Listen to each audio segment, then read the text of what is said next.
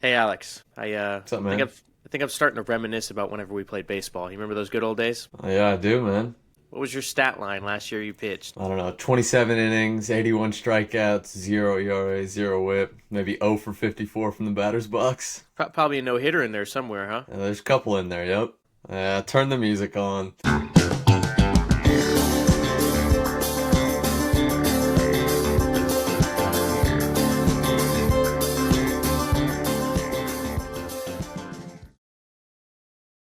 Hey guys, welcome to the Starting Two podcast. I'm Brody. I'm Alex Desai. We're going to talk a little bit about baseball, some college football, some NFL, and get to a game here at the end. So stay to the end to have some fun with the game.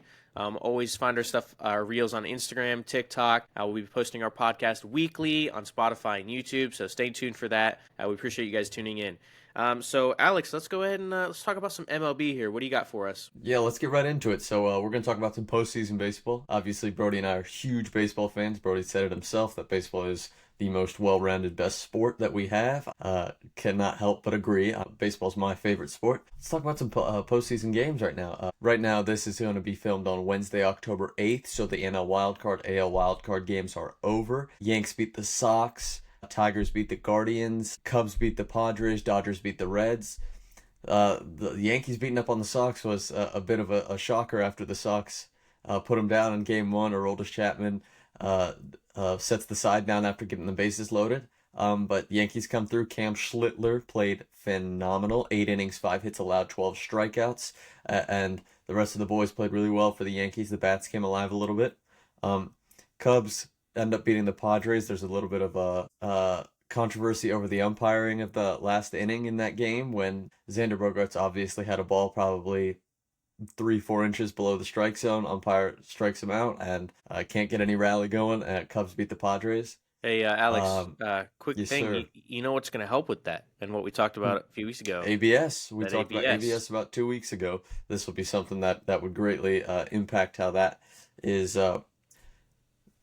umpired, Yeah. called. Yeah, absolutely. Then we got Dodgers Reds. Dodgers just beat up on the Reds. Reds tried their best, made some comebacks, kept it close in some instances, had some rallying moments. That's what Terry Francona really leaned on when he was in his pressers, talking about how the Reds never gave up, and that's 100% true. But Dodgers, too much star power, too much firepower, too good of a team, and they're headed to the next round. And then we have Guards and Tigers. Tarek Skubal and the boys get it done. They are at home again tonight.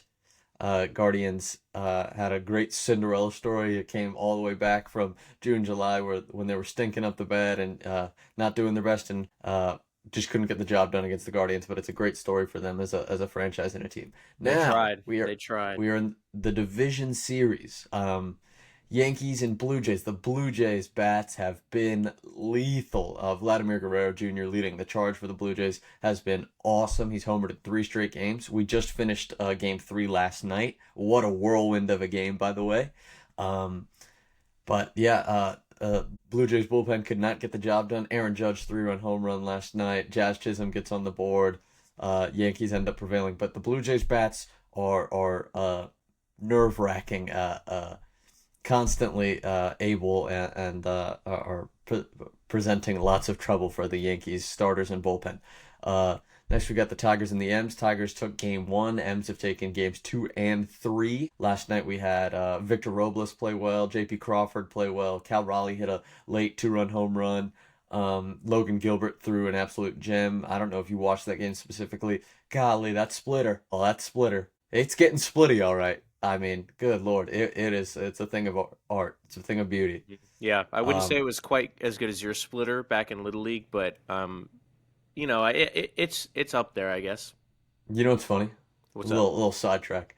My coaches didn't let me throw anything but fastball, but it was straight heat every time. God bless it. You're really standing on the mound, and they're just giving you the fastball over and over, and you're just like, It's funny. I'm getting the signs still every single time. In Little League, I swear to God, I didn't throw anything but fastballs. "That's Didn't awesome." even didn't even mix it up. No sinker, no two seam, no cutters, no literally four seam. What is that? What is Cedric Highsmith? Just straight fucking It's gas. just gas, man. Yeah, I mean, but that's not what Logan Gilbert did.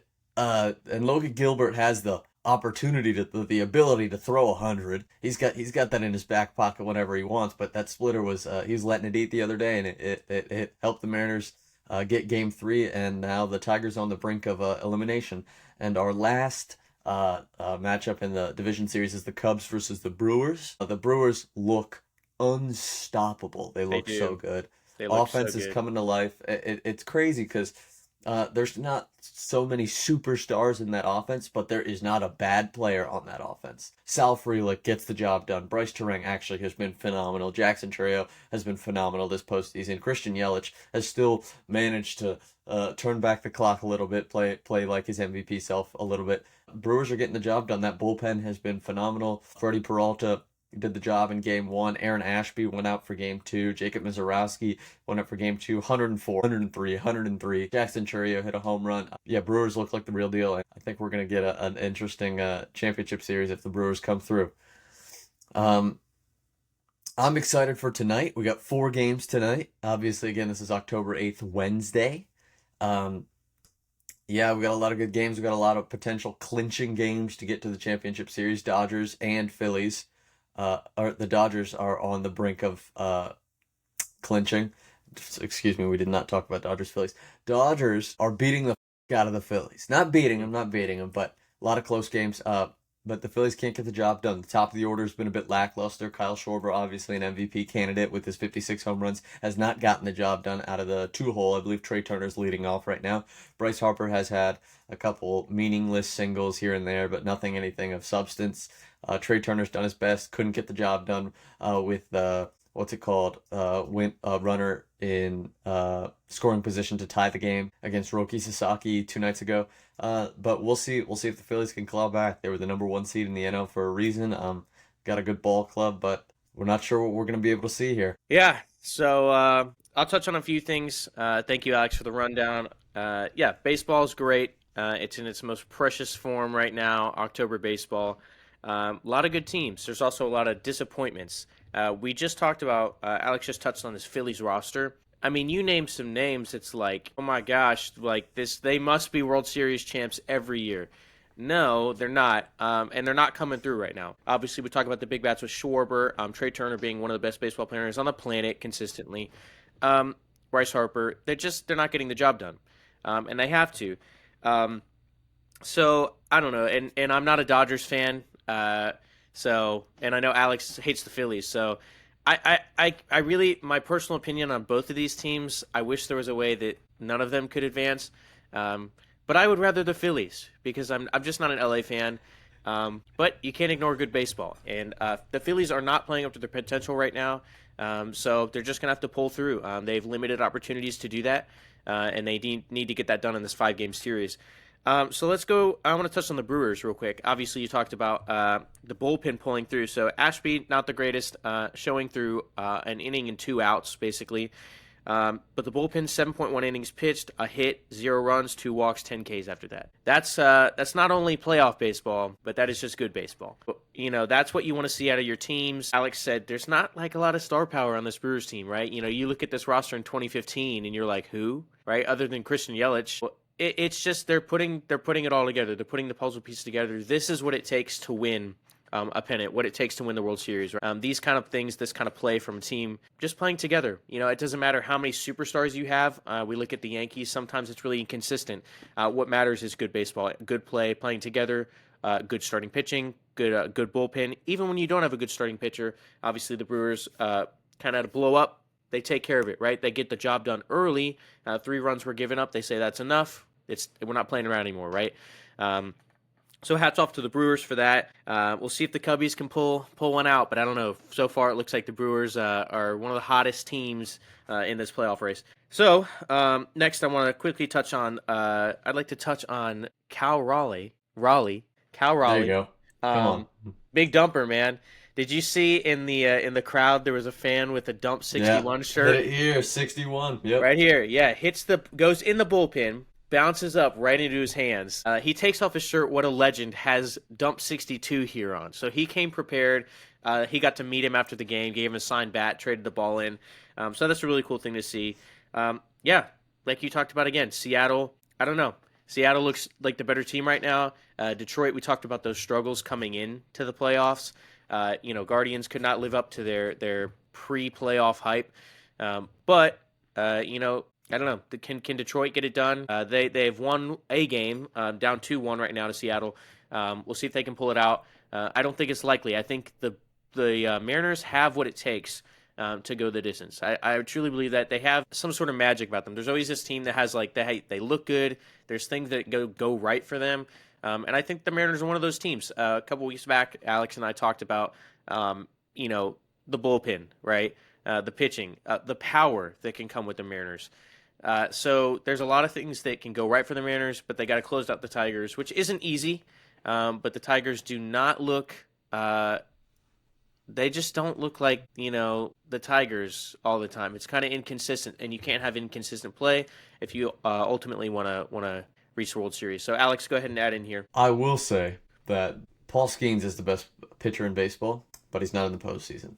But if there was anybody who is 1A or 1B, it's Tarek Skubal. I think Tarek Skubal and Paul Skeens. If you decided to tell me, Brody, that Tarek Skubal is better than Paul Skeens, I wouldn't fight back. But I do think, obviously, I think Paul Skeens is the guy.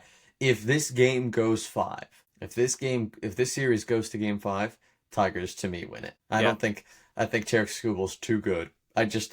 He's too big of a competitor. He had 14 strikeouts in against Cleveland. He had 9 strikeouts against the Mariners and got touched by Jorge Polanco twice for 2 solo home runs, and that was all the damage he took. I think about that. I'm like, Jorge Polanco, obviously a tenured career, really good in Minnesota. He's been good pretty much everywhere he's played, but he's a streaky player. I think he's a guess hitter.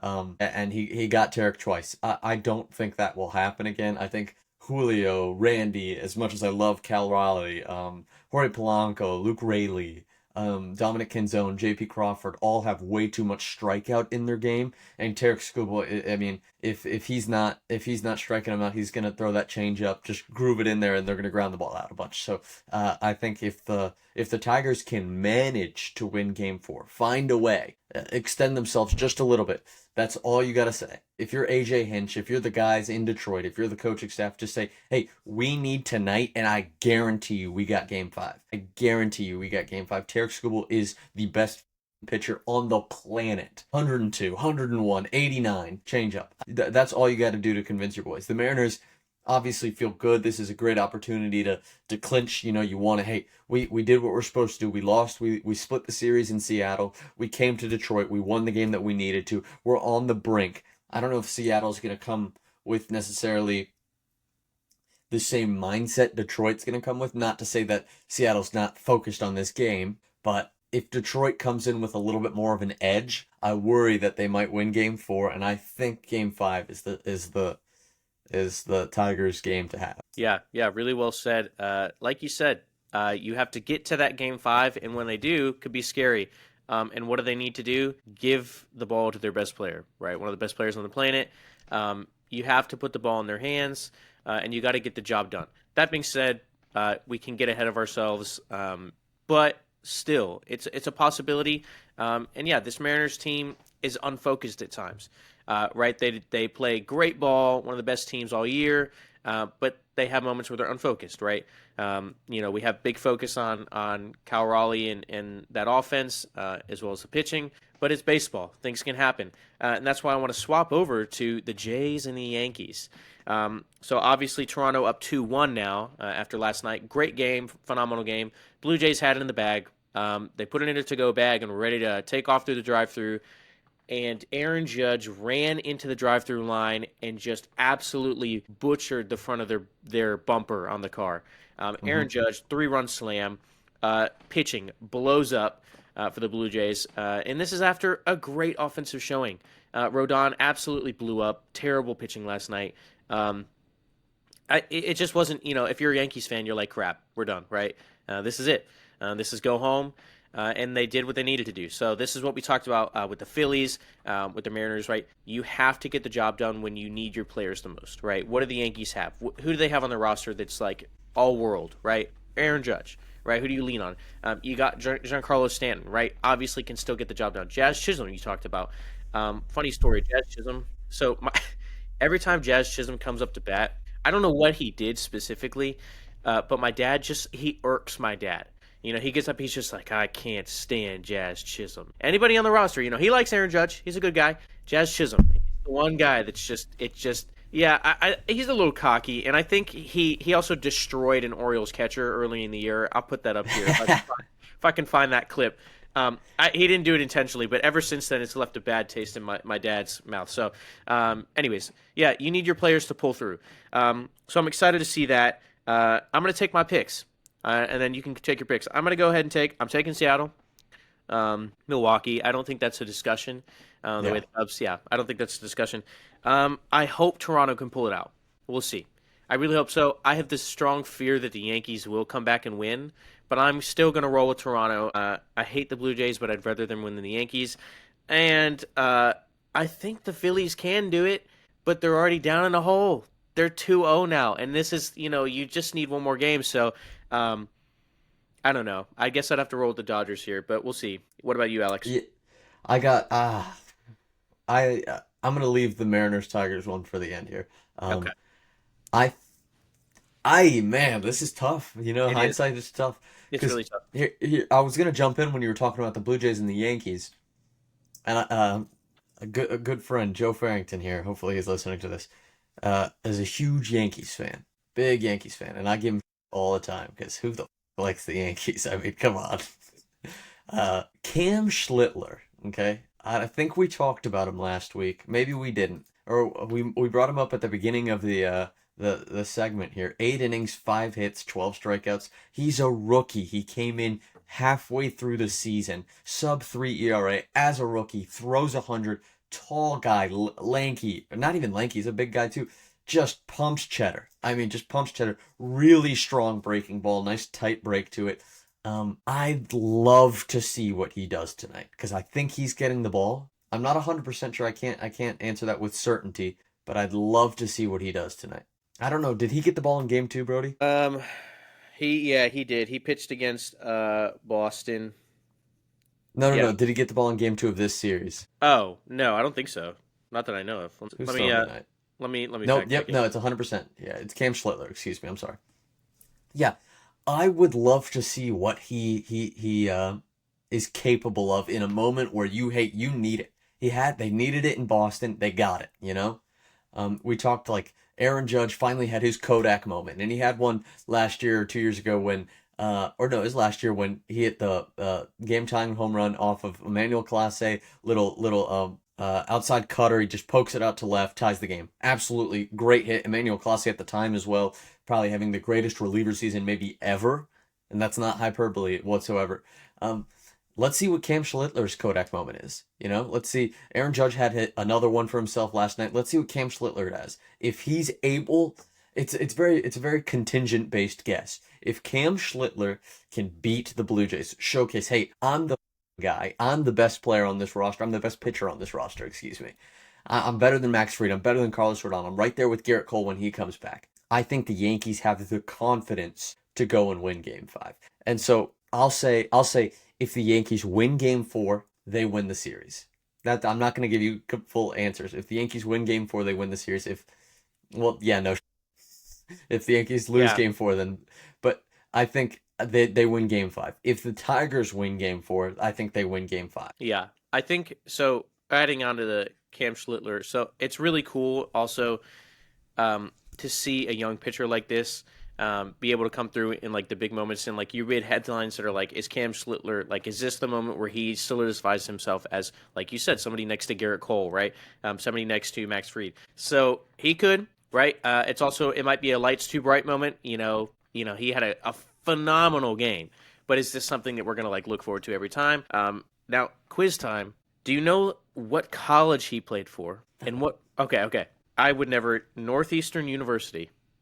Okay. And in the 7th round of the 2022 MLB draft. So this is a guy that's, and that's still, he's an MLB pitcher, right? This is a guy that can strike anybody out he wants to, especially at the collegiate level. But we're talking MLB now. And to do this in the biggest game of his life thus far would be electrifying it would cement him, even if he doesn't even pitch next year, if he retires from baseball, but he wins his game and gets them towards another win and gets them to play ball longer, he would be a legend with the Yankees. So, yeah, big moment. Can he come through with it?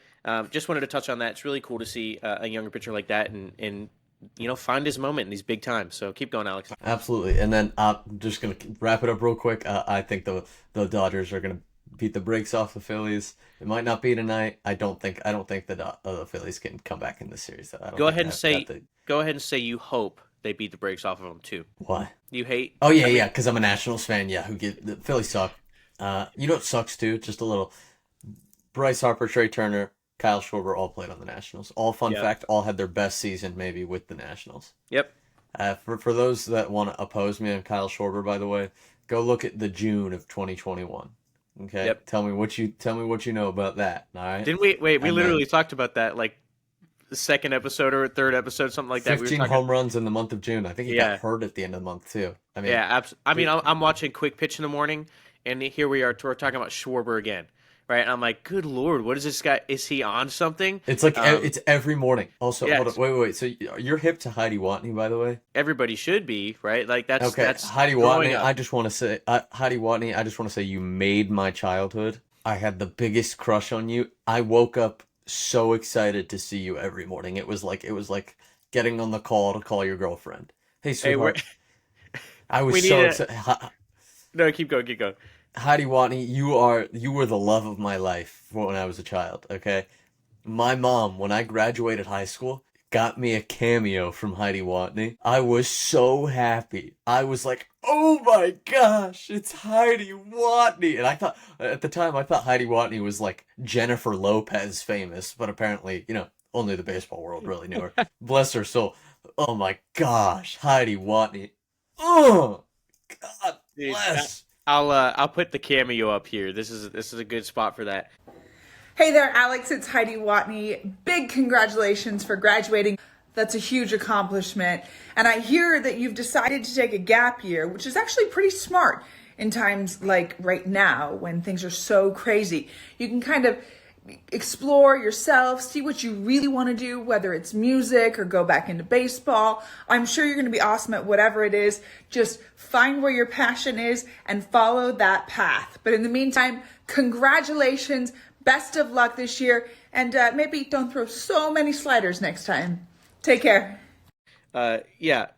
Alex showed me that freshman year whenever I met him because we're talking.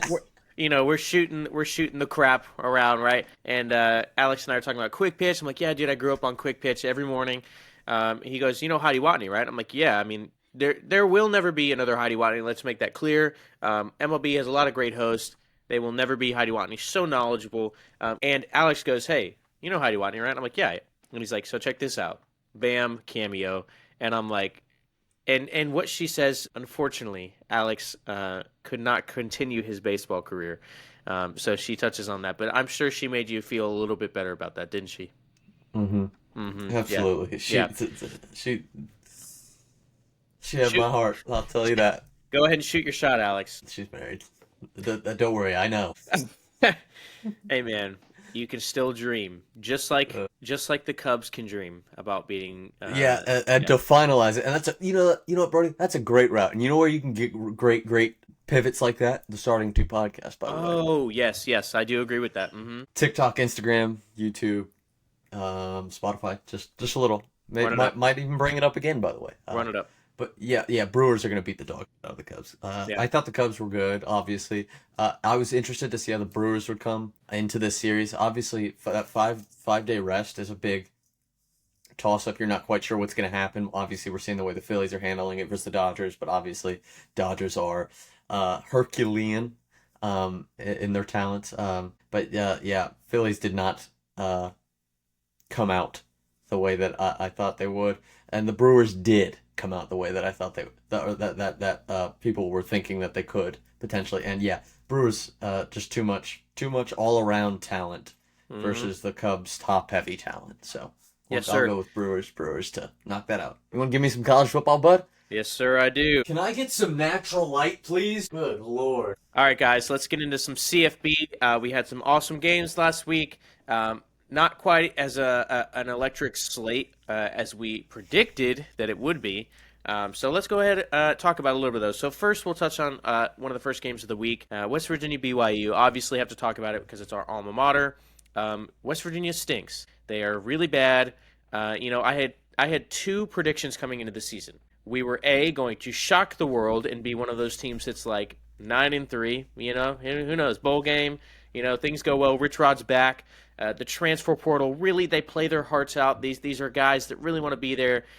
And number two, we suck, and we are the worst West Virginia football team you've ever seen. We are on that path right now. We are worse than a Jarrett Dagey-led offense. We are worse than I can't even say how bad we are. But for the last 4 years, me and Alex have been dedicated West Virginia fans where we've watched the games. I've been personally at every game in the marching band. Alex, go ahead. Last 5 years. 5. Alex has got 5. So, yeah. So every game, the home game I was at, and even at the worst moments, we still looked better than what we look like right now. So I just want to touch on a few things, that being BYU, still a sloppy game. BYU is a top 25 team, inside the top 20 now. Good program. You could tell their head coach was not happy with their performance overall. A win is a win, but considering this West Virginia team is basically falling apart in front of our eyes, they still put up a semi-good fight. Khalil Wilkins, that's a name to watch for. I actually really like this guy. He is a true freshman quarterback. He's a freshman guy that comes in and is asked to start this game. He's got limited playing time in the past. Basically can run. That's pretty much all the game plan is. Although when the game started to open up later in the third and fourth quarter, we saw him throw a little bit more. And he can throw. Now, my only problem is he's a lefty. And as we know, left-handed quarterbacks generally do not pan out very well. But you never know. It's college ball, too. So that's NFL versus college. There's been a lot of left-handed college quarterbacks. Well, he's not Tua. He's not Tua. He's not Tua. Alabama Tua.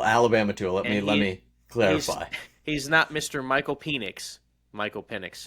Did you see the video of the kid saying, "Hey, Michael Penix," and he walks over to him and he's like Penix.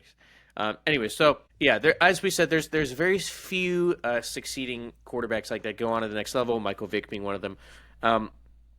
But with that being said, he put on a good showing. There's going to be a lot of people. That say that this goes unnoticed, right? They just see Khalil Wilkins on the stat sheet. They're like, okay, our fourth quarterback of the year, whatever. No, he played really well. And he only got better as the game progressed. I'm going to provide a video right here, and as you guys are going to see, Khalil Wilkins launches the ball. It hits Cam Vaughn, basically our top receiver, right in the midst, right in the chest. Great ball, supposed to be a good catch. He literally gives this ball to the other team. He gives it to BYU, ends up being an interception. That is exactly what is wrong with our season right now. That is all I have to say. I don't need to say anything other than you watching this clip. So, moving on, I just think West Virginia, it's going to be a long season.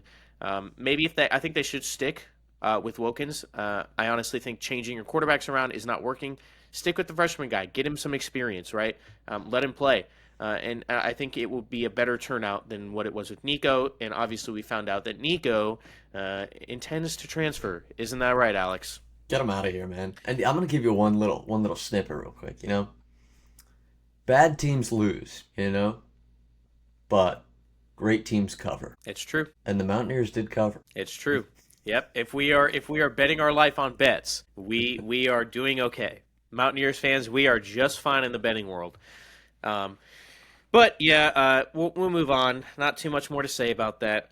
Kind of sad. We'll keep you updated on West Virginia football throughout the season. But like I said, hopefully we can stick by Wilkins. Now, Iowa State. What happened? What? Cincy pulling up the upset. Did you see any of that, Alex? I saw it since he won the game. Yes, absolutely. Mm-hmm. Yeah, absolutely disappointing on Iowa State's side. This is a returning roster, returning quarterback. Supposed to be great. Well, what happened? That's all I have to say.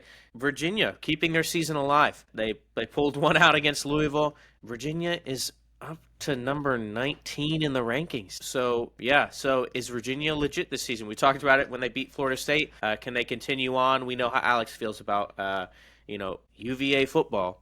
Um, next Didn't we'll know go they to had a football team. they do this year. We'll go Vandy, Alabama. Now, this was sad. Okay, everyone in the world besides Alabama fans wanted Vanderbilt to win. Yeah, no, Vanderbilt. It didn't happen. Theoretically, we are next. Yes, yes. Theoretically, we're next. Vandy, we have Diego Pavia taking practice knees before the game even started. So that's where it all went wrong. A little cocky there.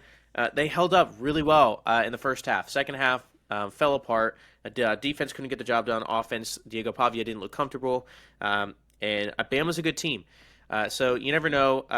We're going to touch on them a little bit later on our preview. But, Bama, poor showing week 1. And what have they done since then? Really kicked it into high gear. Ty Simpson looks legit. So we'll see if they can keep that going. Miami is the better team in Florida. They are the team in Florida. They are better than Florida, and they are better than Florida State. We have confirmed that now after Miami beat Florida State. Close game. I still don't think Miami is a top 5 team. I'll say it. I don't think they are. But they looked good. Carson Beck, this is his revenge tour. This is time for him to shine. C.J. Daniels looks like a top dog at wide receiver. He transferred out of LSU last year after getting almost zero time playing. I don't know what happened there after a few great seasons at Liberty.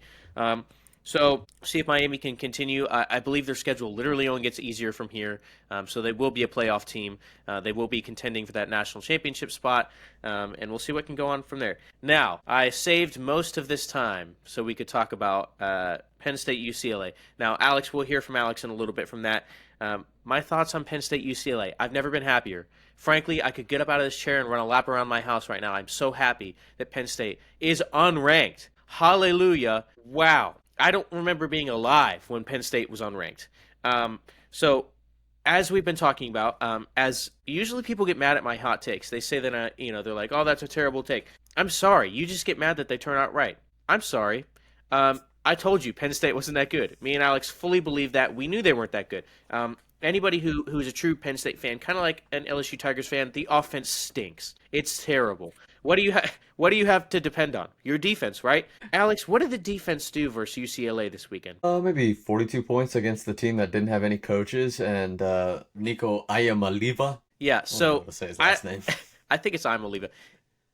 What do you expect, right? Your offense stinks. We know that. Drew Aller, disappointing. He's literally foaming at the mouth waiting to throw his first interception every game. But what do you expect when your defense can't even contain an 0-4 team? We are talking about all season. Everybody's like, there couldn't have been a better team for Nico to go to, right? To be absolutely awful after he had his whole NIL deal going on. It went bad, obviously. Put himself in the situation, right? He did this to himself. But he just beat the number 7 team in the country with an 0-4 team. Basically, everybody's saying they wouldn't get a win the rest of the year. Obviously, coach fired. Blondie over here on the sideline with the headset, awesome guy. Literally did not even forgot to turn the mic down. He didn't know how to work the headset, man. He's like, I don't know when to press the buttons. I kept talking with my mic that was up. So, absolute dog. I hope he turns into the storybook coach that ends up getting the job. Who knows? He actually. Brody, you know who that grew up to be? Actually, you know who that grew up to be? Who? That was Bill. He grew up to be Bill Parcells. Oh my gosh, I didn't even realize that. That's insane. Yeah. So yeah, if you guys didn't know, Jerry Neuheisel, had to look how to say that one up. Played at UCLA. He is now 33 years old, insanely young, as being an interim head coach right now. He played at UCLA, never really got those moments to shine. A few cool moments there. Now is his moment to shine. I think it's a really cool guy, really cool moment, and he seems like a really cool guy. So all I have to say is Nico looked great. He ran the ball all over Penn State. He threw a little bit, a couple rushing, a couple passing touchdowns. Drew Aller, I'm not going to say he looked the worst he has all season because he was pretty accurate all day. The offense just couldn't do anything. They had trouble moving the ball. We're used to seeing Nick Singleton run the ball well. It didn't happen. And the defense, they sucked. So it's an 0-4 team. I don't know what else you want me to say. And moving off of this game to another unranked team beating a ranked team, let's touch on Texas. Texas, number 9 in the country. We all knew this was happening. I didn't know it was going to happen against Florida because Florida, frankly, has looked really bad offensively. DJ Lagway, man, this is what we've been waiting for all season. All season we've prepared for this hype, and it finally happened. You got something to say, Alex? I think DJ Lagway finally got LASIK and noticed that the blue jerseys are his guys. Yeah, little Jameis Winston, little vision fix there, huh? Yeah. 5 interceptions against LSU. Just hasn't been accurate this season. He finally figured it out. Actually, not in the fourth quarter. Yeah. Him and Arch Manning, it was just like, let's have an ass off. Who's worse today? Yeah, Who can be the least clutch? Yeah. Retirement home show off. I guess, but he showed off, maybe? Yeah. Texas just played bad, too. It was just a bad game. It was just a really bad game. I'll let you break it down, but golly, I mean, that quarterback play in that fourth quarter is like, it was like you and me were out there. I mean, yep. And you and I, we a couple weeks ago, Brody came to good old Morgantown here, and him and I were showing off the cannon. Brody's got about 48 yards in the pocket. If when he decides to open his pocket open and let the rocket out, there's 48 good solid yards, and that's tight spiral as well. I don't know if DJ Lagway's got that. I mean, good Lord. Yeah, thanks. I really appreciate the hype up. He's not lying. We really did. We threw some ball, and we saw how far we could throw it. I didn't know I could throw it that far.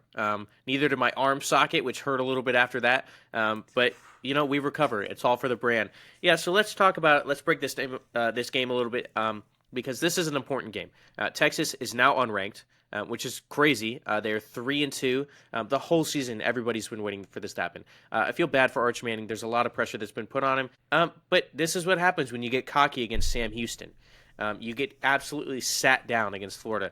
So Arch Manning was 16 for 29.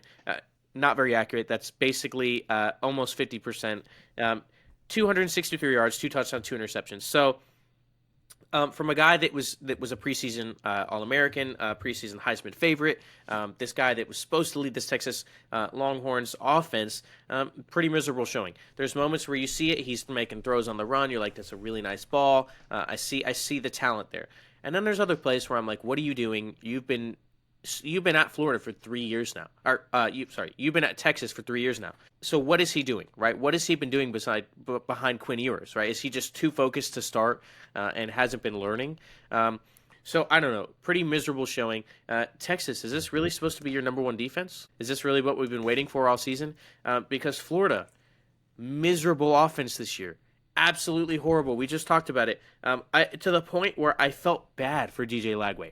I literally felt bad for him because he was so bad. When you throw 5 interceptions against a team, I mean, that's quality to be benched, right? That's something where you can be benched for. And they stuck with him. Billy Napier, once again, will keep his job another week. I don't know how it keeps happening. His buyout must be $1 gajillion. But DJ Lagway, pretty smart game, 20-28, 298 yards, 2 tutties, an interception. But, they just... he played smart. He played a lot smarter, played a lot safer, made some really good throws, really good reads. And like I said, the more I watch him, the more he reminds me of Jalen Hurts. So if he can just really lock that in, he's able to move his legs, he's able to throw the ball. He can be very dangerous, right? And I think he's been dealing with some injuries this year, which hasn't helped him. But if he's injured, don't play him. Simple as that. Message to LSU with Garrett Nussmeier. If Garrett Nussmeier is injured, don't play him. He's not helping us. So yeah, I don't know. That was just awesome to see that Texas loses, Penn State loses. Everybody wins when that happens.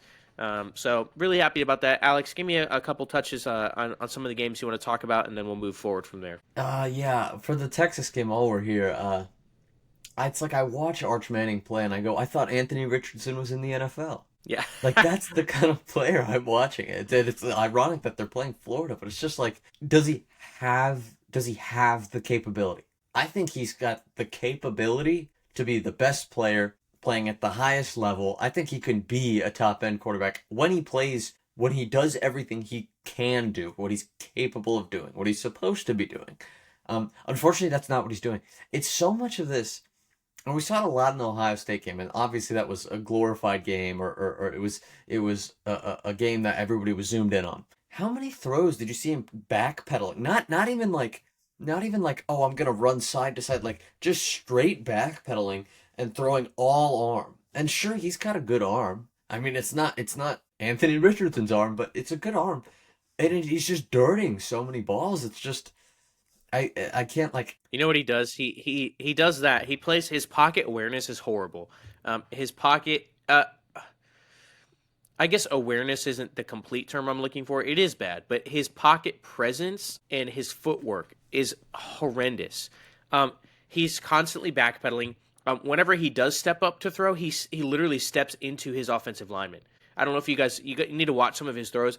He not only, like, you're supposed to step up. That's good throw, right? He literally gets so close to his offensive line that he could be hitting them with his arm on the way down. His pocket presence just isn't there, right? And once again, this is a guy that I just said he's been there for 3 years. When you're on the bench, you are supposed to learn, right? The guys like Drew Aller who come in really early and start nearly, I think he started his redshirt freshman year. You got a year to learn. You come in, you have growing pains, right? Now Drew Aller in year 4, not growing. But Arch Manning, he hasn't had the pressure, right? This is a guy that, like, he could have started freshman year. That's what they wanted. All the Texas fans wanted Arch to start. And you're like, okay, give him time, he'll grow, right? We are now in first starting year. What happened, dude? And this is something that I really, that sticks to me. Okay, you think about all these Ole Miss quarterbacks, and we've constantly talked about Ole Miss over these last 3 weeks, and you think about Alabama coordinators over the years. Okay, Lane Kiffin was one, Steve Sarkisian was one. A lot of these guys, every Ole Miss quarterback, when they get the opportunity to start at quarterback, are ready. Steve Sarkisian, you and I have seen it at USC, at Texas, at Bama, has gotten the quarterbacks ready. I want to know it, like, and you and I maybe differed in opinion week 1 when we looked at Arch, and I said, hey, give him some time. He's gonna figure it out. It's him growing pains as a starter, finally getting the opportunity to go out and play. I want to know what Steve Sarkisian's doing, because there's moments where it's like, and not to, I'm not a big fan of average Joe over going, hey, I can do that. But, like, my drop step is, like, I look at my drop step and I'm like, me and Arch have a pretty similar looking drop step. Like, the way we move in the pocket, it's just like, I'm so confused. And mind you, I think I'm horrible at it, okay? So, it's not me going, me and Arch, horns. I can't do that. It's gotta stay down. Stay down. But it's like, I just look at it, and I've been a big fan of Arch, and I've been patient with him, and I want to see him be this great quarterback, and I think he's going to be. At some point, I don't know when. But it's like, what? You mentioned it. What has been happening these 3 years? Steve Sarkisian has been this quarterback whisperer. Lane Kiffin has been this quarterback whisperer. All these guys out of Bama. You look at what Ole Miss is doing. You look at what Texas has been doing. Why? Why is Arch an outlier? Why is he struggling? Why is Sarkisian not able to get in here? Realistically, Quinn Ewers, albeit a very talented guy, Arch is far more mobile. Arch has more arm strength. Why is he struggling? I don't know. He's more athletic too. You can clearly see it. Yeah. And I mean, it's genuinely, it's something that I don't really understand. Now, we've spent way too much time on Texas and Florida. Brody mentioned earlier we want to talk about a lot about Penn State, UCLA, and we might not talk about another college football game for the rest of this conversation, okay? This episode we might end this episode literally with Penn State, UCLA. I am so happy about Penn State losing this game. Brody already, cried basically. It was jeering. It was I can't even explain. It was ethereal. Here, let me read our text real quick. So, so I text Saturday 5:41 p.m. I go, UCLA up on Penn State, by the way. Say some prayers, man. Lord, let Sandusky pay for what he has done, is what Alex says to me. Then he texts me an hour later. Down goes the double 42 Wombat. I say, best day ever, dude. Frick Penn State podcast gonna be wild. And he says, bless. So all I have to say is we're two happy guys. We're just best friends. We're best friends shooting around here about a team losing. That is how awesome this is. Go ahead. And there's when you have some of these moments, you think about, oh God, I'm gonna get emotional here. Okay, you think about your first kid. Okay, you think about your wedding day. You think about your first anniversary or the day you met the one. You know, it's some of the best moments ever. And so far this season, Brody, we've got two, and it's not just Penn State. Because earlier in the year, I'll say this is Brody's magnum opus. Brody's been talking all the Penn State slander all year, and I hopped on the bandwagon right with him. But Brody was the one that brought it up. Clemson was mine. So now for this to happen twice, Brody and I were so happy with Clemson, and now we get to be happy with Penn State. Yeah, and these are seriously like we could have looked like idiots. We could have looked like total, I know. two, I know. two idiots on a podcast that are giving our couch views. And guess what? Boom! We were right. That's all I'm going to say. It feels great because now I can't have somebody say, oh yeah, well, you're not even playing on the football field. Get me on the football field.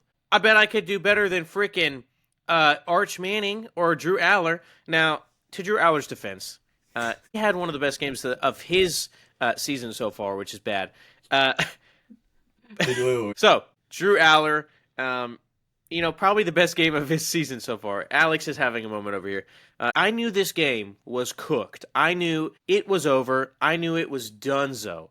When Drew Aller was leading the team in rushing with 78 yards. Yeah. In what world does that happen? So, once again, horrible effort by the Penn State defense. They literally could not stop Nico on the ground if they wanted to.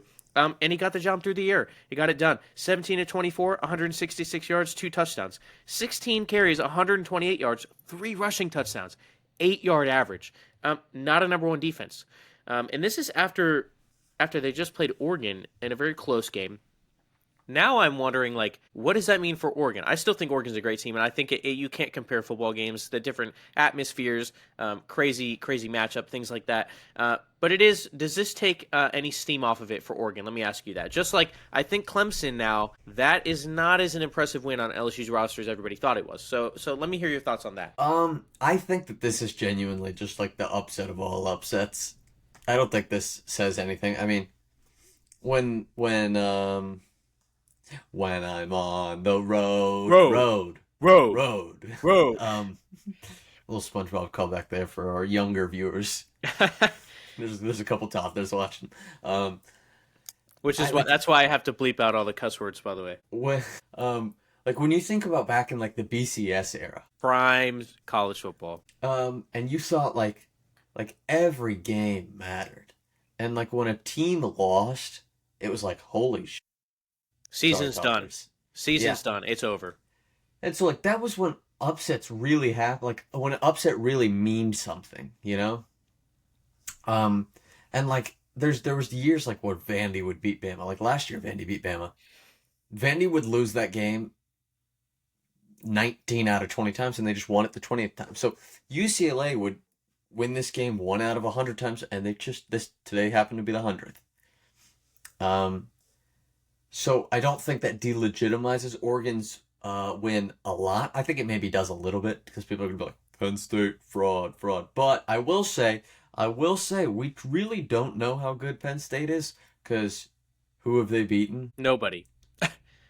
Villanova. Literally, absolutely. So, and once again, thank you, Alex. This is exactly what I was talking about a few weeks ago. Exactly what we touched on. This is what happens when you put teams up here with this high expectation. You let everybody know that's okay, Penn State's one of the best teams in the nation for doing absolutely nothing, right? Let them earn the spot. It's only worse for the fan base because now James Franklin is on the hot seat as he's been every season he loses a big game. And now he's on the hot seat. If James Franklin started, I don't know, put him at 20, right? He works his way up. First 3 games, maybe they're 15. You lose, it's all right, we didn't expect that much. To come in as the number 2 team at one point, you drop to 3, then you drop to 7, and now you're out, right? It's progressive, suckage. And you expect more from a team that's ranked that high that really shouldn't have been there in the first place. So it's tough. Okay, we're going to have to move on because we got a few things to touch on. Let's just say the games for next week. This will be coming out, you guys will probably know the outcome of these games right after. We got Alabama, Missouri insanely good game. I think Missouri has a chance to win this. I'm going to stick with Missouri. Bo Prabula is a dog. The rushing attack is insane. Will Alabama to be too much to handle? Ty Simpson, like I said, looks great. Ryan Williams, obviously. Defense is really stepping up. Game to watch for. Ohio State versus Illinois. I don't think this will be a game. I think Illinois stinks. We already saw it earlier in the year. But you never know. Ohio State isn't as great as everybody thinks they are, right? They're still getting the job done. They beat a hefty Minnesota team, 40 to something this last week. So thankful the Big Ten really can hold on there. We have Indiana versus Oregon. This is a good game. This is time for Indiana to say, we are top dogs, right? Can they do it? I don't know. We'll see. Georgia versus Auburn. Never count Auburn out. I think Georgia has looked lackluster at times this season, especially in their loss versus Alabama. A lot of mistakes in that game. So maybe Auburn can pull this one out. And LSU versus South Carolina. LSU managed to lose on their bye week somehow, and they are looking to rebound against South Carolina. So we'll see if Lenoris Sellers can do anything against this tough LSU defense. Will we finally see a change in the LSU offense and Garrett Nussmeier? We will see. Alex, why don't we go ahead and get our NFL recap, and let's keep it rolling, man. Okay, let's just... Here we go. Drum roll. Everybody get ready. Okay, And- just a little heads up, guys. I want to give you guys a little insight into this real quick. Yeah, when show me. Brody and I do our rundowns, just so you know, we're hard workers here. You know, we're a couple blue collar guys. Yeah, I'm literally like as we are doing this rundown, I'm literally going to different Safari windows. I have 8 different Safari windows on my phone with notes and on my notes app. I'm trying to transition back and forth. Go ahead. Yeah, I write all of it down, and I just want you guys to know real quick. For the NFL games, actually, you can see it's just team names. So everything I give you from the game here, Off the dome, ball knowledge. We only promote ball knowledge here. Let's get that clear. all right. Starting off on Thursday night, San Francisco, Los Angeles Rams. The 49ers do take down the Rams. Brody and I both thought the Rams were a top-tier team, 26-23 in overtime for the Niners. Mac Jones plays very well, and now we had maybe a little bit of quarterback controversy in San Fran. Puka Nacua continues his hot start, 50 receptions, over 500, 600 yards through 5 games. Devontae Adams, good game. Matt Stafford, 385 passing yards, 3 touchdowns passing. Kyron Williams, a great game, did not get the first down on the fourth down in the red zone, maybe in overtime. Niners win the game. All right, Which, now by we the got way, Minnesota. Go ahead. Which, by the way, just addition, they should have kicked the field goal. To tie. Yeah, just kick the field goal. Once again, hey, we're entering Kirby Smart territory here. Take the points. That's all I have to say. All righty, Minnesota Cleveland. Sorry, that sounded dismissive. Excuse me, My sir. feelings, you hurt me. Minnesota Cleveland. Now we got the guy who looks like a leprechaun and the guy who actually is a leprechaun, Carson Wentz versus Dylan Gabriel. Minnesota does pull that out. Dylan Gabriel gets his first start in the pros. 19 for 33, just around 200 yards, a couple passing touchdowns, does not get the job done. Cleveland does lose. Minnesota plays well. Carson Wentz has a really good game, over 300 passing yards. Justin Jefferson, 120 receiving yards. They come to life. Running game was a bit slow for the Vikings. Browns running game was really good. Quinshon Judkins played great. Really good competitive game, but unfortunately no one's going to want to watch a 9:30 game in Dublin with 2 dog franchises. Las Vegas, Indiana. I mean, that was an absolute atrocious game for Geno Smith. I will say, I am a sports betting man. If anybody wants to sports bet, Geno Smith over half an interception. It's still decent odds right now. It's guaranteed to hit. Jonathan Taylor played great. Daniel Jones is entering himself into the MVP race. Jonathan Taylor, again, 3 touchdowns, 17 carries, 66 yards. Geno Smith, 2 interceptions, one of them tipped by an offensive lineman, or defensive lineman, excuse me. And 40-6, I believe, the game was Raiders-Colts. Next, we got Giants-New Orleans. Hey, is Jackson Dart the guy? Is Jackson Dart going to come in and win week 2? Unfortunately not. He is not. He played well, didn't play fantastic, but did enough to win. Just couldn't get the job done. Cam Scatabo fumbles, Jackson Dart fumbles. Wandale Robinson didn't take the leap a lot of people were expecting when Malik Neighbors comes out. Bellinger, the tight end, played well. Theo Johnson, the tight end, played well. We were seeing that Jackson Dart has a feel for his tight ends, gets the ball out to them quite a bit. Cam Scatabo got the ball a ton of carries, but again did fumble, leads to a fumble Ruski for a touchdown for the New Orleans Saints. They lose. Wandale Robinson, you sold me money. I needed a needed a catch for you on fourth down to end the game, I would have won $2,500. But that's neither here nor there, and Brody did not know that. Oh, Literally one catch, bro. Okay. yikes. Uh, Dallas versus the New York Jets. We got Dallas coming in off a tie against the Packers. Dak Prescott came in, played phenomenal, but you know who played better? Javonte Williams, over 100 yards on the ground today. George Pickens catches a garbage time touchdown, gets his yards, gets his touchdown. The Jets looked lackluster for the first three quarters. Justin Fields, obviously, as he has done always this season, puts up the greatest numbers, the Joe Montana, Tom Brady numbers in the fourth quarter when nobody cares about the game anymore. Jets try and make it close. Garrett Wilson scores a touchdown, 70 yards for him. Boys played well. The Stars getting it done. And America's team, are they coming back to be America's team? Probably not, but it was a good game against the team that you should beat. Now we're looking at Denver versus Philadelphia. A lot of people were considering this to be the game of the week. Philadelphia obviously coming in undefeated, no longer undefeated. Denver comes in, erases a 17-3 deficit. Bo Nix gets the job done. J.K. Dobbins gets enough done on the ground, does well for them. Saquon Barkley, this is a point of contention for a lot of people, only gets 6 carries this game, 30 yards, does have a lot of yards off of receptions, scores a receiving touchdown, long pass from Jalen Hurts. A.J. Brown and Devontae Smith combined for 16 targets after they both outwardly said they were upset with their roles in the Eagles offense, and maybe they should not be upset because they're winning when they're not getting the ball. You know, maybe they should act as decoys. You're getting paid like top-end wide receivers.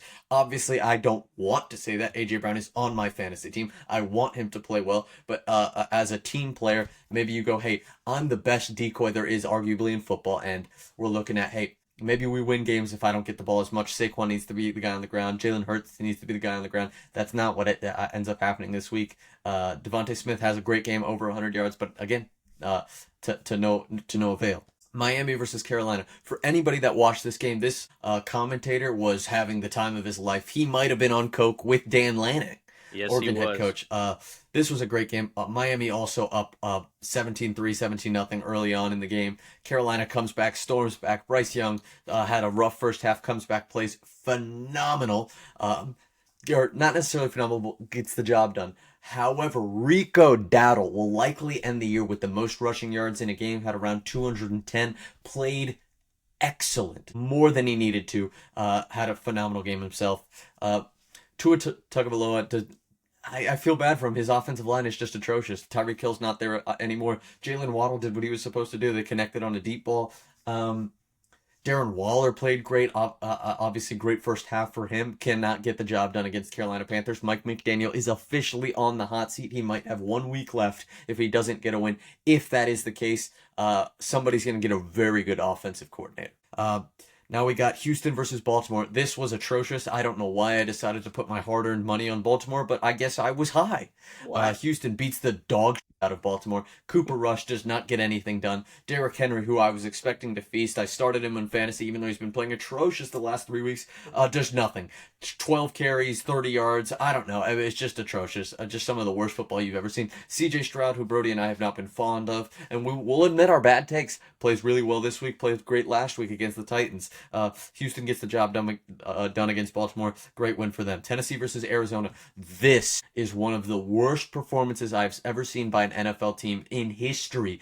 Lost that game. I mean, Arizona lost the game. Mental errors, mental mistakes. Mari DiMarcado losing the ball in the end zone just because he decides to ease up before he's getting in. I can't even tell you the guy who picked the ball off and just dropped it. The Tennessee Titans get a touchdown there. That can't happen. This is the NFL. These mental mistakes, you might be able to get away with that in college, but these kind of mistakes in college get you benched in college. Unless you're playing at Kent State. No offense, Kent State. Shout out to you. Go Golden Eagles. Unless you're like the team's Penn State plays, you can't do this. Okay. There's literally there's a TV show that just came out, Chad Powers, literally about this. He ruins his career because he drops the ball at the 1 yard line. So yeah, take notes. It just can't happen. Coach Gannon of the Cardinals gets in a little bit of hot water, gets fined $100,000 for being tough on Amari DiMarcado. I'm not a fan of that. I like it when a coach is in his player's face, holds him responsible. You know, can't be playing stupid. And obviously Titans come back. Cam Ward gets his first win, and of course this is the week that I decided to play the Arizona defense for fantasy, because why the fuck would I? Now we got Tampa Bay versus Seattle. This might be the game of the week. 38-35, Tampa Bay beats Seattle. This was a shootout. Baker Mayfield, Sam Darnold played great. Sam Darnold obviously had the interception that led to Tampa Bay's win at the end, but that's a very a small lapse in what would be considered a phenomenal day for him.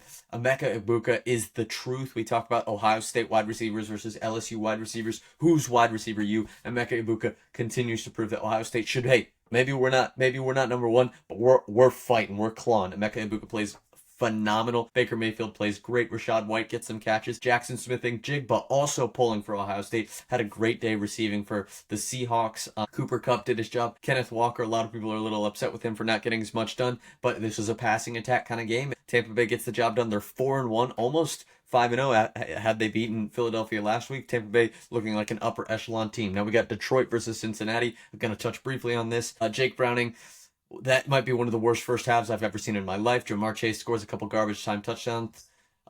Detroit is really good. Lions play real good ball. Running game's effective. David Montgomery got in the end zone. Jameer Gibbs got in the end zone. Amon-Ra St. Brown got in the end zone, I believe. Lions just overall overpowering offense and gets the job done. Washington versus the Chargers. Chargers came out 10-0, I believe. And then Jaden Daniels and the Commanders. Jaden Daniels making his first start back in the last 2 weeks. Scores 27 unanswered. Capped off by a Deebo Samuel touchdown in the back of the end zone. Washington plays great. They're now 3-2 to match the Chargers 3-2. I'm looking forward to how both of these teams end up going. Different trajectories coming into this game. I want to see how they move heading out of this game. New England versus Buffalo. Has Drake May arrived? What a performance for him. Drake May leads the Patriots to a win against the undefeated Buffalo Bills, and now we've talked about the Eagles and the Bills. No more undefeateds in the league. I think this is the earliest that's happened in quite a while. Stephon Diggs proves that he's still capable of being a wide receiver one. Great game for him. Hunter Henry was still good.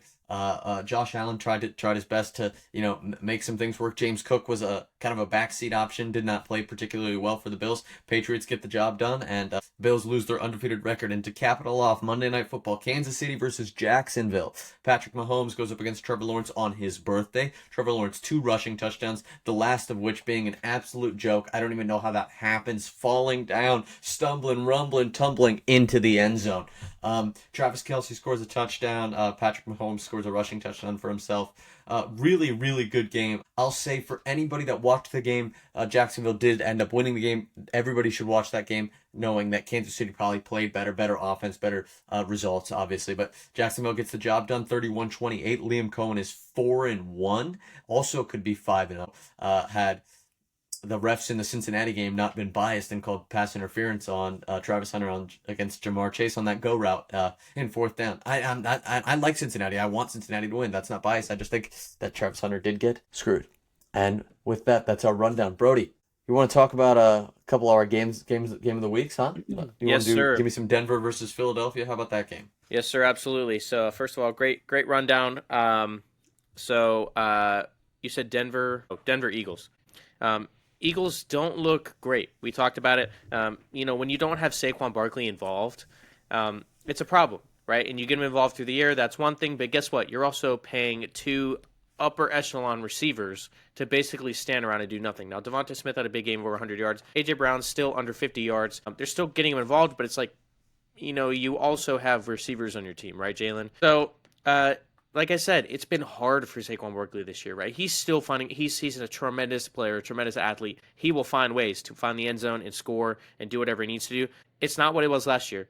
Quite frankly, it's a dramatic dip from what we're seeing last year, especially in this offense. I know we had times last year where we looked at the Eagles and they're like, this offense stinks, right? A.J. Brown's reading a book on the sideline. They don't want to talk to each other. And then they kick it in full gear and they go, will they find that extra gear?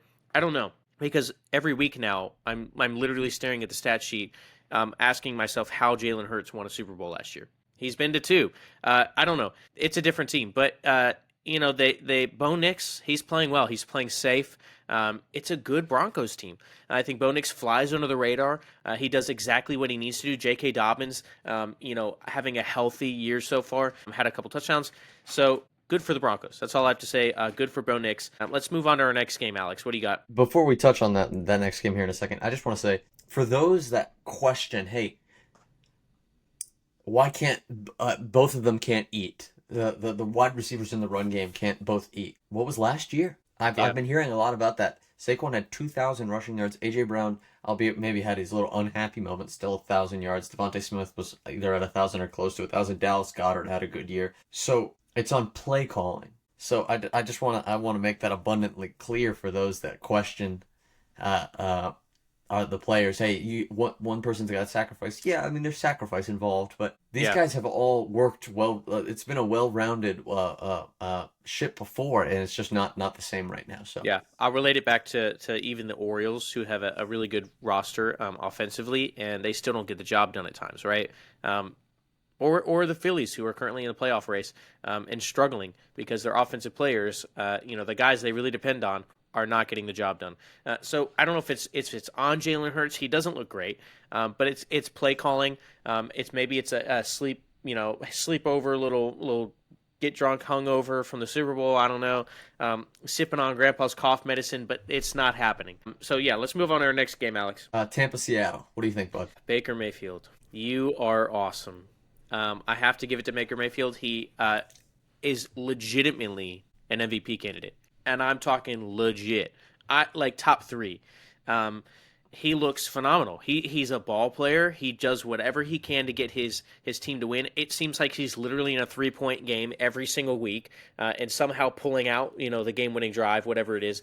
He's clutch. He's got a clutch gene. The Browns, you suck still for trading him away. I don't know what you did. I don't know what you were thinking. Once again, he was literally on the Panthers practice squad practicing defensive end positions for scouting, and now he's in the MVP race again. After a phenomenal year last year, by the way, it really went untalked about because Joe Burrow, Jamar Chase, Josh Allen, obviously the stars of the league last year. Baker Mayfield was right up there. A little too many interceptions, just as many touchdowns, just as many yards. So this year he's playing phenomenal. Sam Darnold played great. 4 touchdowns, only 1 interception. He is the guy. We all thought that maybe Minnesota was just this one stop, good offense, right? Kevin O'Connell calling really good things there. But no, he looks great. He really does. He's looked comfortable all season. He still doesn't move the best under pressure, but that's not really what they got him for, right? You're supposed to give him time to throw. He's ultimately a pocket passer. They look great. Jackson Smith and Jigba lights up 130 yards, whatever. Looks great, right? Touchdown.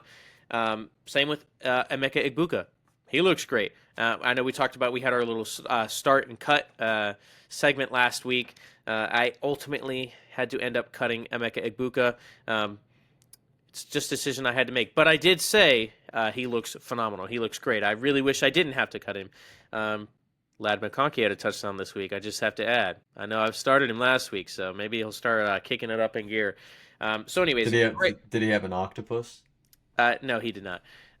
So great game overall. Really excited to see the Buccaneers' trajectory. As you talked about, they could be undefeated. They could be 5-0 right now if things just went a little bit differently, right? So they're really exciting to watch. Seahawks are still a great team, and I think they have a lot to push forward. They need to get Kenneth Walker involved in the run game. They need that to happen. Their run game needs to happen. It can't be an all-passing attack, right? So are you going to add something in there? Yeah, I think something that's of note, too, is, historically, NFC South, especially recently, has been super lackluster. And it's like whoever comes out of the NFC South is, hey, they're going to be a first-round exit or they're going to get out the next round, When you see Tampa play their counterparts in the NFC South, you go, well, there's no real challenges, They're not playing good defenses. Like Seattle, Mike McDonald, the head coach for Seattle, is a defensive guru. That defensive line is beyond talented. Their pass rushing schemes are complex and detailed, and they're very meticulous with each way they carry out a play and execute. For Baker and the Tampa Bay Buccaneers to play at the level they did, to play as effectively as they did on offense against a fantastic offense, I think says a lot about this team and the capability of the team. How high is the ceiling? I don't think we're seeing, I don't know how possible it is that the next best defense is going to do against Baker. Baker played well against the Eagles. Eagles obviously have a fantastic defense as well. Baker played really well there. Baker played really well against the Seahawks. So I think it's really fun to now notice that, hey, this offense is not just NFC South legit, but it's up there. And this is, again, without Mike Evans, Chris Godwin, or Emeka Egbuka all sharing the field once. So I think that's obviously something to note. We'll touch on Detroit and Cincinnati, and obviously we have a headline here. You want to break some news, bud? So we just got news, I believe, yesterday, which would have been Tuesday as we were filming on Wednesday, that Joe Flacco will be maybe the new starting quarterback for the Bengals. I don't know how they looked at this and said this was a good idea. I'm not sure Jake Browning is any better or any worse than Joe Flacco. Maybe Joe Flacco will throw less interceptions, but you're still going to get one or two. Um, I I don't know. I'd hate to be a Bengals fan right now. Jameis Winston is available. You know, there's other guys around the league that you could have looked at, and you go with Joe Flacco, the guy who has played for the Browns, the Ravens, and now he's a Bengals. So I am praying to the Lord above that he never comes to my Steelers. If he does, he will complete the gauntlet of the AFC North, something that I don't think anybody's ever done before. So anyways, yeah, I don't know. The Bengals, you got to feel bad for them. They're trying. Jake Browning's really trying. And Jamar Chase, a couple garbage time touchdowns, still obviously played great whenever he's getting the looks. Obviously not Joe Burrow back there. And it's sad. At one point in the game, he has 4 receptions, 3 tackles. You know, that's bad. He finished with 6 receptions, 2 touchdowns over 100 yards. But not the kind of thing you want to see from the former Triple Crown wide receiver who's clearly he's doing everything he can, right? Everything he can. And he's even had some confrontations with Zach Taylor, who I think needs to be fired. I think that's been coming for 2 or 3 years now, but they keep sticking with him. Even if you had Joe Burrow, this defense stinks. It's terrible. It's just as bad as last year. There's no upgrade. The offensive line still stinks. They need a culture change, right? You have a guy in Joe Burrow that is able to make anything happen around him, right? Able to rally the guys. You need another coach. I don't think Zach Taylor gets the job done. The Lions look great. Poor week 1 showing. Ever since then, they've really kicked into a high gear. Jared Goff has continued to say shove it to the Rams and has continued his success in Detroit. So they're a fun team to watch. Obviously, Amon-Ra St. Brown and Jameson Williams. Sam Laporta. No. Monty. Gibbs. No, Gibbs. Yeah, Jahmyr Gibbs. Obviously, Jahmyr Gibbs, whenever he's able to find the end zone, he's electric.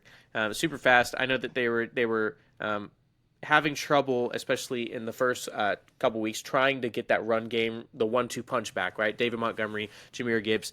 When that's rolling, they're unstoppable, right? That's the kind of team we saw reach the NFC conference game last year. Didn't work out in their favor, but when they get that rolling, they're great. Dan Campbell, great coach. I don't have anything else to say with that. And real quick, I just want to touch on a few before we're about to wrap up our NFL talk. I do want to talk about my fantasy pickups that I made this week because I'm good. I'm real good. I want to say, number one, we're going to put out a video of me talking about how you should drop A.J. Brown, get rid of him as fast as possible. That will be up very soon. Actually, before this video even comes out. Drop him. If you still have him after you see that reel, drop him. He's not doing anything, Alex. You need to get rid of him, dude. Trade him away. He's still a big name, so you can use him for some draft capital. Get rid of him, dude. It's not. Okay, that's my plead. Same guy here who told me to pick up Trey Benson on fantasy. So, anyways, yeah, I did pick up Javonte Williams, and he scored me like. He was available? Yeah, he was. It was crazy. So I picked him up, and I'm like, yeah, he's available. He's had a great, couple weeks back to back. Had another one. I picked up George Pickens, started him. So 2 good pickups there. Yeah, I don't know. My league is crazy. So anyways, I had a couple good pickups there. Made some smart decisions. But I do sympathize with you. I did start Arizona's defense, and that was not good. I really thought they had it in the bag. I thought Cam Ward would revert to his little fetus version of himself that he has been thus far, other than a couple junk play touchdowns. So I don't know. What you got for us, Alex? You know who's available in my league? Yeah. Michael Carter, Kenneth Gainwell, Hassan Haskins. Hey. Who the f*** is Hassan Haskins? Hey, pick up Kenneth Gainwell. He actually had an insane. He had a great week in Dublin. I don't need running backs. I have 17 of them. What do you need? My wide receivers are Chris Godwin and George Pickens. That's pretty weak. I can't even lie. Well, I'm sorry, A.J. Brown decided to no-show the first 5 weeks of the season. Trade him, dude. Who's going to want him, bro? I need Rashee Rice to come back from his driving suspension. Yeah. Crazy. Yeah. And just be the greatest receiver ever, because I decided to draft him, and he has taken a spot on my bench, and I can't put him in IR, so he's just been sitting there. Please, Rashee Rice, please. If anybody in my league is watching this, somebody, for the love of God, send me a trade. Please. What's crazy is Alex is literally like pleading to the Lord, pleading to every one of his friends right now. And meanwhile, one of my leagues is literally a 4-man league. So I'm looking at Emeka Egbuka is available right now. But I can't even add him because I have too much talent on my roster. I can't drop CeeDee Lamb. I can't, like, it's loaded. Let me just tell you the first 6 players that are available in this league for wide receivers: Rome Odunze, Emeka Egbuka, Deebo Samuel, Xavier Worthy, Jalen Waddle. The list goes on. It's ridiculous. That being said, make your smart fantasy moves. And if you want fantasy tips, tune into the starting 2. Don't necessarily listen to Alex because he is desperate right now. He's not thinking clearly. This is not usually Alex. What's your record? 5-0.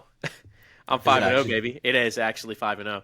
In the 4-man or the big No, regular league? in my regular league I'm 5-0, which is the one I actually have to make decisions for. The one in the 4-man league is I'm 3-2. I'm still in first place, but that one is like 130 to 120 every week because everybody's an all-pro on that team. So anyways, if you want to tune into that, listen to our takes, or don't, because they're often really bad, and we are just a bunch of goobers talking about fantasy. So let's go ahead and close up here. We got to talk about Chiefs-Jaguars. What do you think? Okay. Let's talk real quick. My thoughts on Bills-Patriots. Drake May, he looks great. I think New England has found their quarterback. He's had moments that are a little head-scratching, but it doesn't outweigh the good play, right? The athletic plays, the strong arm. He reads the field really well. So I think if he can continue and step upon this performance, right? He cannot go backwards now. You've shown what you can do. Please don't go backwards, Drake May. Maybe they found another Tom Brady, although he was obviously not in the 7th round. He was projected to be this good, so he better be this good. And Josh Allen just couldn't get the job done. As you said, James Cook, you got to be a bigger part of the offense, right? Stephon Diggs, 8 against his former team. And he said there's no bad feelings there. But it's really cool to see Stephon Diggs get back into that groove. Obviously has been elite over the past 6 seasons. Last year hurt with the Texans, so he gets his chance now. Been pretty quiet so far, but wow, the game to choose to do this to against the Bills, pretty storybook. I don't know. The defense for the Bills, still a good defense. It's just, didn't get the job done. So I think the Patriots are a scary team. They have a lot of talent. If they can put it all together defensively and offensively and not fumble the ball, they would have another win on their season right now against the Steelers. But they would also be a lot more safer, right? They just have to play safe ball, good ball. Drake May keep making the plays that he's making. And then we'll jump to Chiefs and Jaguars. I watched the majority of this game. Trevor Lawrence, year 5, right? Still waiting on him to do something. Still waiting to prove himself, which is a little sad. However, he played well. He played pretty safe. He played well. As you notice, we're saying the word safe over and over. I like to say the word safe because there's a lot of quarterbacks that we've talked about that just play stupid. They do stupid things. They don't play safe. They interceptions every week. All you have to do is handle the ball correctly, make your right reads, get the ball to your playmakers, right? That at the end of the game, that's all you need. And that's what Trevor Lawrence specifically did. He also used his legs quite a bit in this game. A lot of opportunities for scrambling. And as Alex said, the most goofiest touchdown I think I've seen, certainly in the last couple of years. Literally tripped twice, like Joe Biden going up the stairs in that one video. Literally trips twice, gets back up, has no idea where he's going, and somehow finds the end zone.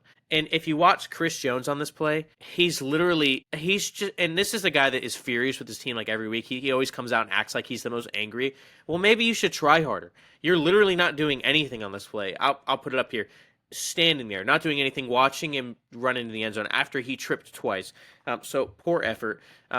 Mahomes, costly pick six. Devin Lloyd is Defensive Player of the Year right now. That's all I have to say. He's playing insane. For a linebacker of his size, who can also get after the quarterback, I believe he has 4 interceptions, which leads the league right now. He's playing incredible. He keeps finding ways to incorporate himself in this defense, and he had a 99-yard touchdown. Little gas there towards the end, as you can guess. He's a little bit bigger. Running 99 yards is insane. So hats off to the Jaguars. Happy late birthday to Trevor Lawrence. And yeah, maybe they can keep this trajectory, because the Jaguars look good right now. Really bad game against the Bengals, as you talked about. Could have gone another way. But Travis Hunter, incredible catch for over 40 yards this last week. Insane catch. You got to go watch it. Did his thing where he did at Colorado, where zero separation. As we know, he's not been known for separation. He's a contested catch guy, and he did what he did. He made the contested catch over 2 guys. Absolutely insane. Brian Thomas Jr., a couple really big catches. They still need to find ways to incorporate Travis Hunter and Brian Thomas Jr. both more. You have 2 elite all-pro level talent. And whenever Brian Thomas Jr. hangs onto the ball, it's incredible. Whenever Travis Hunter finds ways to get the ball, it's incredible. So they'll be figuring that out. Chiefs, I don't know, dude. It's not. We keep saying, is it panic time yet? No, it's not panic time. But like every week, are we going to start saying it's panic time, right? I don't know. It's not the same Chiefs team, and Mahomes looks different. But they are still dangerous. So yeah, no, Mahomes looks different. He does not look like Mahomes. I'll say this right now. Patrick Mahomes has not looked like Patrick Mahomes in 3 solid seasons. It's not, you can say what you want. It could be the wide receivers. It could be the play calling. It could be the offensive line, even though he has a good offensive line. He holds the ball too long. He does. And that's a criticism I have of his play. He holds the ball way too long because he's privileged with a good offensive line. He's able to. And he does his, Alex, yes, sir, 1 second. He gets the ball. He does those things where it's like, wow, 30-yard scrambling around, going off. But I don't think he's the same Patrick Mahomes. Go ahead. Mr. Impatient over here. Go ahead. I don't know how you can watch that game. You take away the interception, okay? I don't know how you can watch that game and think that wasn't a phenomenal performance by a quarterback. He did everything. Here's the thing. He played fantastic. Fantastic. Here's the thing. Phenomenal performance, yes. That's not in question. I'm talking about Patrick Mahomes' play, like strictly Patrick Mahomes comparing to Patrick Mahomes. It's been a decline, and you know that. But so like you're talking about in the last 3 years, he won an MVP in the last 3 years. But it's not this. I'm talking, okay, last year, obviously not the same, right? The whole Chiefs team's not the same, right? You're used to them being in the Super Bowl. They're going to win somehow. They still made it to the Super Bowl last year, even after everybody dog crapping on them every week, right? Almost losing all these games. It's not the same Patrick Mahomes. Now, I don't think it's necessarily his fault. I think it is a lack of receivers, right? He has the receivers now, but it's just not, he's been dealing with Kadarius Toney. He's been dealing with McCole Hardman. Really, Travis Kelce leading that offense, as we know, like in the past 8 years, I guess Travis Kelce obviously leading the league in tight ends. It's a different game now. Travis Kelce's older. He's still getting the ball. The offensive line is really good, right? But there's still moments where Patrick Mahomes does scramble. He scrambles. That's his game, right? He's a magician. But it's not working out as the same as it did whenever they had Tyreek Hill, right? It's a different Chiefs team, and I think that's where it's happening. I think Patrick Mahomes is still a top 5 quarterback in the league. I've always thought that. However, with the outcomes of these games, and when you look at their team, you can't say that Patrick Mahomes is like a top. I know people that say Patrick Mahomes is a top 1 quarterback in the league. He's not. He doesn't play like that all the time, and it might not entirely be his fault, but it starts with the quarterback position for me. So I don't know. He did play well. I'm not in the 90-yard pick six. It happens. That happens. The pick six happens. Stuff like that happens. Right now, you could argue Josh Allen's playing better. I'd say Baker's playing better. Who else? Don't laugh at me, but Sam Darnold's had a great year. Sam Darnold, no, I 100% agree. I don't think he's better than Pat, but I think Sam Darnold is up there, 100%, absolutely. I think Daniel Jones has played really well this year. Safe. Daniel Jones has entered himself into MVP conversation, being a winner as a game manager. Yes, okay? I agree. I'm not gonna say he's playing. Yes, he's playing well, and he's doing his job, and he's doing what he's supposed to do, and he's playing above his contract, and he's winning games, and that deserves applause in itself. Yeah. But in MVP conversation, I'm not gonna look at him because I view him and the way Yeah. that he's played this year and the way he's played in his career, really, as a game manager. Yeah. Jared Goff is Maybe. always underrated. I think Jared Goff is absolutely a top 5 quarterback Yeah, right I now. think Jared Goff's played really well. 100% agree. I think the run game does too much. I think Sure. it takes away from his stats. The one player that you haven't said that might is Matt Stafford. Matt Stafford looks so Matt good, Stafford's dude. played great. He has played And I'm great. going through the Rolodex of teams in my head right now. So for those watching, going, well, what about my quarterback? Where's my quarterback? Where is? I'm trying to. We're both trying to just. This is off the dome. Like I think Caleb Williams has played really well to this season. MVP candidate, not yet. But if he continues the trajectory he's on, I think he legitimately has a chance to be the number 1 pick he lived up to be. Right. It all depends on the Bears too. So that does fall into, once again, Patrick Mahomes is a top 5 player. He always has been, and at one point, obviously a top 1 player. Is it Patrick Mahomes' dip and play? I don't think so. I think it's contingent with his team, right? But it's not the same Chiefs team. So can Patrick Mahomes do everything he was doing? Otherworldly things 5 years ago. Can he do the same things now? It's just not possible. So it makes Patrick Mahomes not look on top of the world as much as he used to be. Does that make sense? Yeah, you want a quick rundown of why it's not working? Of what? With the Chiefs? But Pacheco, man. But Pacheco runs like a kid who wants to bite you. He runs like he's angry at the ground. Yeah. Who gives a? Pat Mahomes is the leading rusher for this team. Pat Mahomes had less than 10 yards weeks 3 and 4. He had 60, 50, and 50 or 60 this past week. Okay, and he's got 2 duds, and he's still the. You know what's crazy? They're averaging 100 yards a game on the ground. Really? I don't even know how that's possible. It's because Pat, obviously, but like, holy shnikes! And that's See, I did it. I didn't do the bad thing there. Yeah, for the toddlers there. That's one of the, like, just for Drew Raller. When you look at somebody who can run, Patrick Mahomes obviously can run.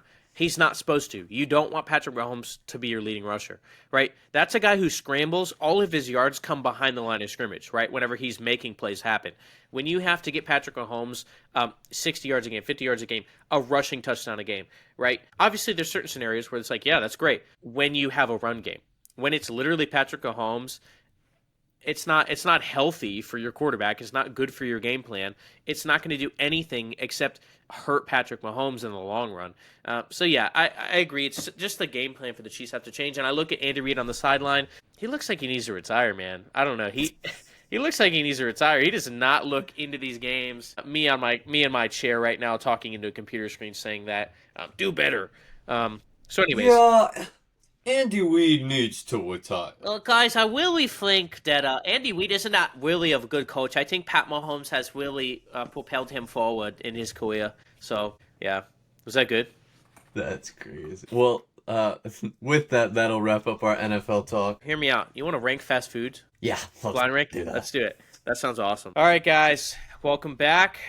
We just took our little break to figure out our game and write down some answers. Cut that. That's crap. You want me to do it? No, I got it. Okay, guys. Now we are going to do a little blind ranking. You guys know that starting 2, we like blind ranking things. It could be movies, music, sports, pop culture, anything in the world, anything we feel like we want to. Oh, food! You're right. You're right. I do love food. Which is why we are going to blind rank fast food restaurants, fast food chains, everything that comes with fast food, which is delicious. Argue with the wall. We're talking to 2 fast food connoisseurs here. So let's go ahead and start this off. Alex, do you want to go first? Okay. So I'm going to give Alex 5 fast food chains, and he has no idea what order they're going to be in. They're going to be randomized. So he has to blind rank them. And let us know what you guys think about each of our blind rankings. Okay, Alex, you ready? Number 1. Canes. Oof, I love Canes too. I had it last night, fun fact.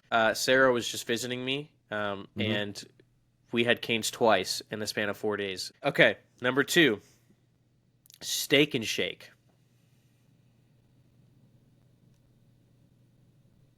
Steak and Shake is gas. Guys, they just put a Steak and Shake last year in Morgantown. It's fire. It's really good, and it's cheaper too. That's 3. Okay. Oh, solid 3. Ready for your next one, man? You're leaving that one spot open, aren't you? I have In-N-Out Burger. Never had it. Okay. Let's go with Arby's. I know you love Arby's. I love me some Arby's. Arby's is so underrated, guys. I love Arby's. Yeah, Arby's is going in the 1, bro. I love Arby's. Wow. Okay, I so love Arby's, bro. got an Arby's maniac over here. We got 4 and 5 left, right? Well, I'm going to have to include Chick-fil-A in this. No, it's okay. Okay. Where are you putting it? It's going in the 4. I like Chick-fil-A for sure, but what's it called? Cane's is better than it. And then Steak and Shake, if you want a burger over chicken on any day, Steak and Shake's better. Okay. It's just Steak and Shake. I don't like, for me, when I go to Steak and Shake, I can't do the shakes. I don't like the shakes. But like the food's pretty good. Yeah. Which means you're leaving Popeyes at 5. That's fine. That's insane. That's wrong on every level. No. Don't get it twisted. Don't get it twisted. I love Popeyes. You give me 5 really good items here, I did, okay? yeah. I love Popeyes. Popeyes is one of my favorite things ever. But like, Arby's is really good. Okay? He loves Arby's, guys. Alex loves. Say it with me. Say it with me. I love Arby's. I love Arby's. Yeah. Okay. I love Arby's. Raising Cane's is like probably the best chicken place right now. Yeah. I think Lane's is better. If you guys don't know what Lane's is. Lane's is a spinoff of Raising Cane's in Morgantown. Cane's is a spinoff of Lane's. Did you know that? Oh, okay, well, whatever. Ipso facto. If I could switch it, I'd move Steak and Shake to 5. Just move it up a little. But generally, I'm fine with my list. Yeah, that's a good list. Should I change some of mine up because I got some of the same one here? Yeah, change up a couple. Yeah, throw up a couple. Yeah, so I'll explain while Alex is changing these real quick. So there's Lane's and Cane's. Now, everybody sees Cane's. Cane's 100% branched out way better than Lane's. They are one of those popular fast food chains in America right now. And they started in Baton Rouge on LSU's campus. Go Tigers. As much as it pains me to say, Lane started in College Station with Texas A&M, and they didn't branch out as widely and as successful as Cane's has, but they're starting to open more locations. They brought one to Morgantown. Now they are bringing a Cane's to Morgantown. So you'll be able to compare. I personally think Lane's chicken tenders are better. I think the fries are better. Cane's has better size tenders, and the Lane's sauce is better than Cane's sauce is better than Lane's sauce. But I need to do like a full comparison. Whenever Cane's comes into Morgantown, I'll go to Morgantown. Me and Alex will sit down and we'll eat Cane's and Lane's and compare. So how does that sound? Yep, there you go. All right, are you ready? I am ready. Alrighty. Let's see. All right, champ. Go ahead and give them to me. Sonic. Oh, I love Sonic, dude. Everybody like forgets about Sonic, and there's one in Morgantown, and it's slow as balls. It's like the worst run Sonic of all time, but the food is still so good. The slushies. Cherry limeade. Hey, Alex is it. I'm gonna have to go 3. I'll go 3. Okay. Sonic is a solid 3. I'll stop there any day. But there's better. There's better. All right, give it to me. Panda Express. Say that again. Panda Express. No, I like me some Panda. That orange chicken, they always like load you up with way too much too. So for people that aren't familiar with West Virginia University, I think most colleges have like a main building where like a lot of the attractions are and stuff like that. That's called the Mountain Lair for us. They have a Chick-fil-A and a Panda Express in there. I could eat there every day. Freshman year, Brody, Alex, if you go get me Blue Powerade every day, I'll use my dining dollars to get you Panda after math. Hey, I indeed did, didn't I? You did. You bought me Panda like twice, bro. Hey, be thankful. There's kids in other countries that didn't have Panda You got like once. 40 Blue Powerade bottles, bro. That's why we're doing this show. We are best friends. So anyways. Where's Panda? Yeah, where's Panda going? I think I'm gonna have to put Panda at 4. I love Panda Express. It's not an everyday thing, but you're about to give me some garbage, so I probably should have. I don't even know. I'll put it at 4. I'll put 4. Hey man, you like Little Caesars? Oh, dude, Little Caesars. My dad picks me up from baseball practice after school. Hey, son, want to go get a Little Caesars pizza? $5. $5. Can't beat that with the stick. Yeah, Dad, let's go get Little Caesars. Wow, that happened way too much as a child, so I really got sick of it. And once you have good pizza, you can't go back to Little Caesars. That's it in the 5 hole. I don't even care, dude. Little Caesars is just so average. That's good stuff. I'm just gonna cross some of these out. I'm patiently waiting with this face. Hey man, you want some Burger King? I love Burger King. I love Burger King. Okay. I love Burger King. Burger King is so good. Everyone watching this, it's so good. The service is not very good. They're always like run down.